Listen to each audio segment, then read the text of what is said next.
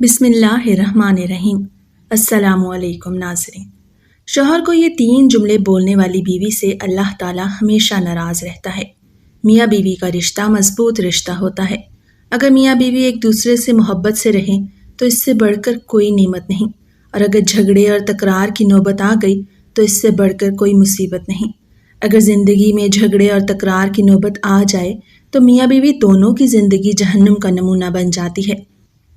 اس زمانے میں میاں بیوی کے جھگڑوں کا فساد اس قدر زیادہ پھیل گیا ہے کہ ہزاروں مرد، ہزاروں عورتیں اس مصیبت میں گرفتار ہیں، اور ہزاروں گھر اختلاف کی آگ میں جل رہے ہیں، نفرت کی آگ میں جل رہے ہیں۔ میاں بیوی دونوں اپنی زندگی سے بیزار ہو کر دن رات موت کی دعائیں مانگ رہے ہیں۔ حضرت امام جعفر صادق رضی اللہ تعالیٰ عنہ عورتوں کو درس اخلاق دے رہے تھے۔ فرمایا، اے اسلام کی مقدس شہزادیوں، شوہر کو یہ 3 جملے بولنے والی بیوی سے اللہ تعالیٰ ہمیشہ ناراض رہتا ہے۔ بیوی کے یہ 3 جملے شوہر کو متنفر کر دیتے ہیں، اس قدر کہ اس کے دل میں نفرت ڈالتے ہیں کہ ساری زندگی شوہر بیوی کی طرف دیکھنا گوارا نہیں کرتا۔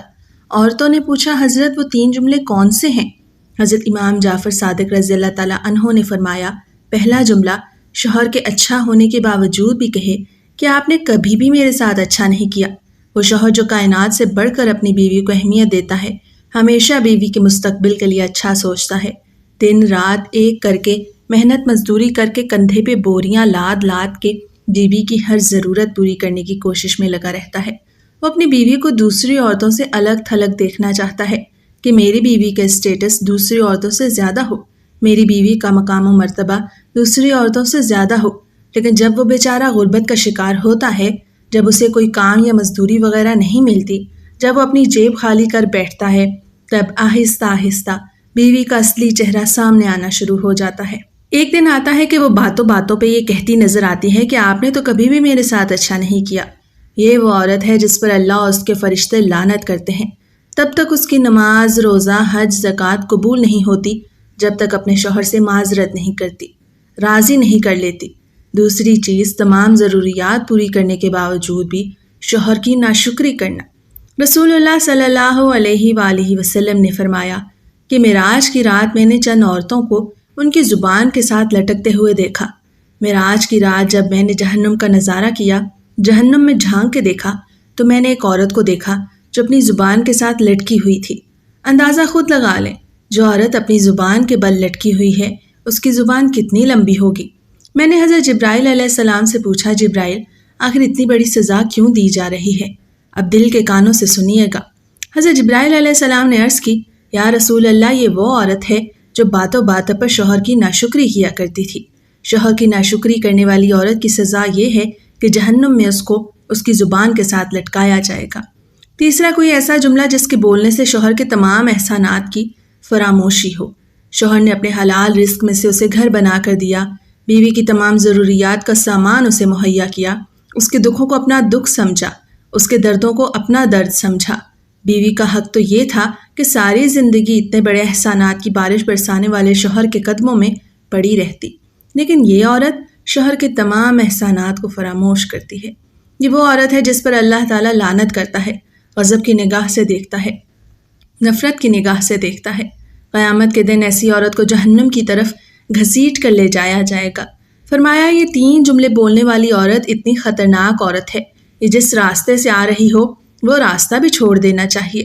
ہر عورت شوہر کے گھر میں قدم رکھتے ہی اپنے اوپر یہ لازم کر لے، وہ ہر وقت اور ہر حال میں اپنے شوہر کا دل اپنے ہاتھ میں لیے رہے اور اس کے اشاروں پر چلتی رہے۔ اگر شوہر حکم دے کہ دن بھر دھوپ میں کھڑی رہو یا رات بھر جاگتی رہو، مجھے پنکھا چلاتی رہو، تو عورت کے لیے دنیا آخرت کی بھلائی اسی میں ہے کہ تھوڑی تکلیف اٹھا کر اور صبر کر کے اس حکم پر بھی عمل کرے، اور کسی وقت اور کسی حال میں بھی شوہر کے حکم کی نافرمانی نہ کرے۔ ہر عورت کو چاہیے کہ وہ اپنے شوہر کے مزاج کو پہچان لے اور بغور دیکھتی رہے کہ اس کے شوہر کو کیا کیا چیزیں اور کون کون سی چیزیں ناپسند ہیں، اور وہ کن کن باتوں سے خوش ہوتا ہے اور کون کون سی باتوں سے ناراض ہوتا ہے۔ اٹھنے، بیٹھنے، سونے، جاگنے، پہننے، اوڑھنے اور بات چیت میں اس کی عادت اور اس کا ذوق کیا ہے اور کیسا ہے۔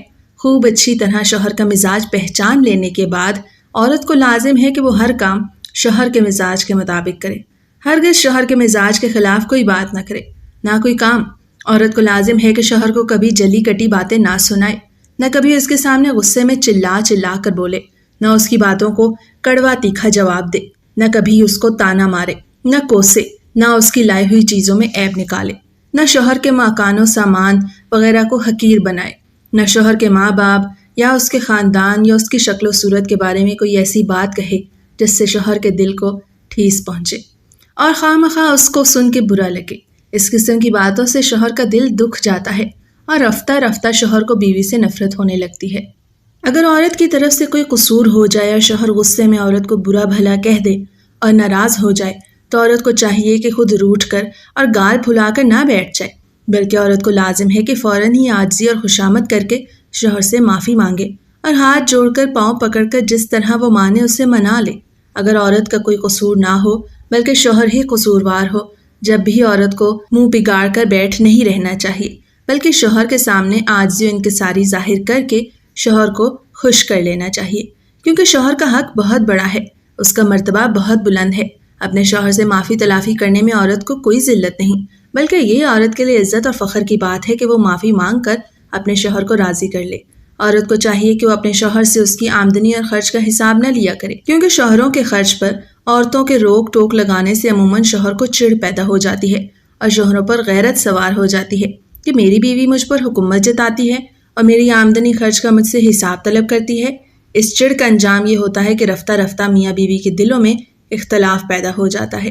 اسی طرح عورت کو چاہیے کہ اپنے شوہر کے کہیں آنے جانے پر روک ٹوک نہ کرے، نہ شوہر کے چال چلن پر شبہ اور بدگمانی کرے کہ اس سے میاں بیوی کے تعلقات میں فساد اور خرابی پیدا ہو جاتی ہے اور خواہ مخواہ شوہر کے دل میں نفرت پیدا ہو جاتی ہے۔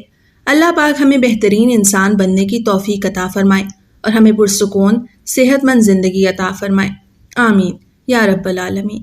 مزید ایسی ویڈیوز کے لیے ہمارا چینل ضرور سبسکرائب کریں۔ شکریہ۔